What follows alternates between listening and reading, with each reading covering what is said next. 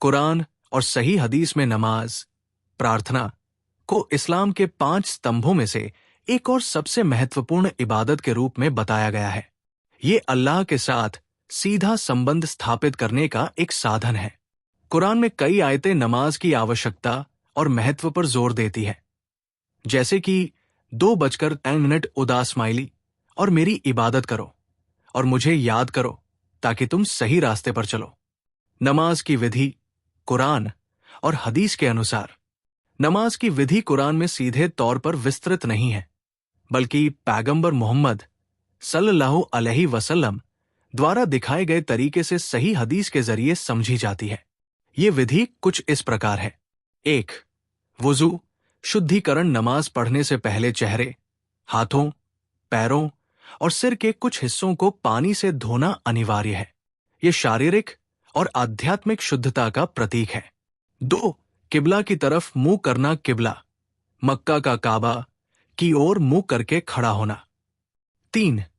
नियत इरादा। दिल में ये इरादा करना कि कौन सी नमाज पढ़ी जा रही है, जैसे फज्र, जुहर, असर, मगरिब, ईशा। 4. तकबीर। अल्लाहु अकबर, अल्लाहु अकबर, अल्लाह महान है कहकर नमाज शुरू करना। 5. किरात। कुरान का पाठ खड़े होकर कुरान की कुछ आयतें पढ़ना। 6. रुकू झुकना। कमर तक झुककर कुछ समय रुकना। 7.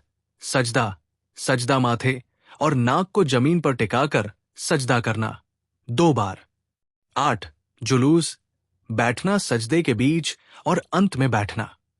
9. तशहुद दुआ। अंतिम बैठने की अवस्था में दुआएं पढ़ना।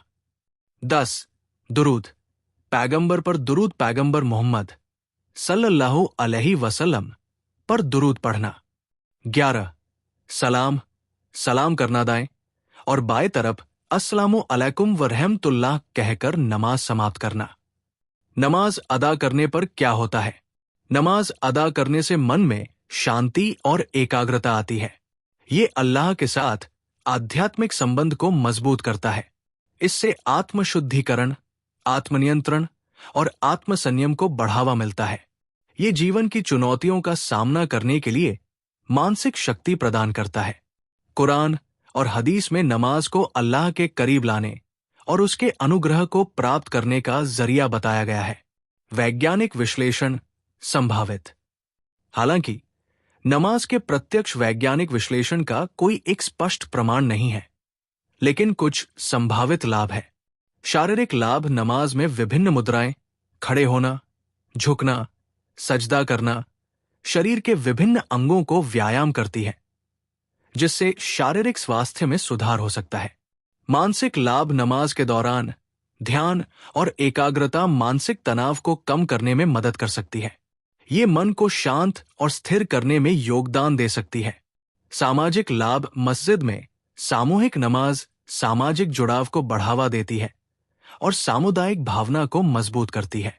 ये ध्यान रखना महत्वपूर्ण है कि नमाज के वैज्ञानिक लाभों पर अभी और शोध की आवश्यकता है। इसका मुख्य उद्देश्य आध्यात्मिक संबंध को मजबूत करना है, न कि केवल शारीरिक या मानसिक लाभ प्राप्त करना।